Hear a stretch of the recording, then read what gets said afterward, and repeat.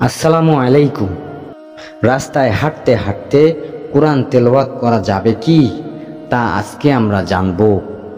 রাস্তায় হাঁটতে হাঁটতে কেউ যদি সচেতনভাবে ধ্যান ও খেয়ালের সাথে কোরআন পড়ে তাতে সমস্যা নেই, এটা জায়েজ, মাকরু বা আদবের খেলাফ নয়। তবে রাস্তায় হাঁটা চলা বা অন্য কোনো কাজ করার সময় বেখেয়ালে কোরআন পড়লে তা মাকরু হবে। রাস্তায় হাঁটতে হাঁটতে কোরআন তেলাওয়াতের সময় কেউ সালাম দিলে এর উত্তর দেওয়া ওয়াজিব নয়।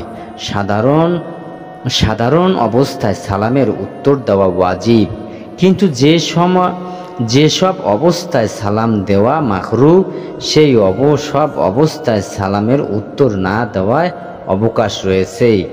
কোরআন তেলাওয়াতরত ব্যক্তিকে সালাম দেওয়া অপছন্দনীয়, কারণ তাকে সালাম দিলে কোরআন তেলাওয়াতের ব্যাঘাত ঘটে।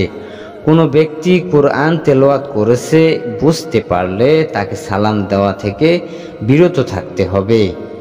যদি কোরআন পড়ার কেউ সালাম দেয় এবং কোরআন পড়ারত ব্যক্তি উত্তর দেয়, তাহলে আবার কোরআন পড়া শুরু করার আগে আউযুবিল্লাহ পড়া প্রয়োজন নেই। এমনিতেই আবার কোরআন পড়া শুরু করতে পারবে। কোরআন মহান আল্লাহ তাআলার কালাম, মানুষের কাছে পাঠানো আল্লাহর বার্তা। আল্লাহ তাআলার নির্দেশ বুঝতে, তার ইচ্ছা অনুযায়ী জীবন গড়তে গভীর মনোযোগ দিয়ে চিন্তা ভাবনা করে কোরআন তেলাওয়াত করতে হবে। আল্লাহ তাআলা বলেন, আমি তোমার প্রতি নাজিল করেছি এক বরকতময় কিতাব, যাতে তারা এই আয়াতের সমূহ নিয়ে গভীরভাবে চিন্তা করে এবং যাতে বুদ্ধিমানগণ উপদেশ গ্রহণ করে। সূরা সাদ আয়াত নম্বর 29। আরেক আয়াতে আল্লাহ তাআলা বলেন, তবে কি তারা কোরআন নিয়ে গভীর চিন্তা ভাবনা করে না, নাকি তাদের অন্তরসমূহ তালাবদ্ধ?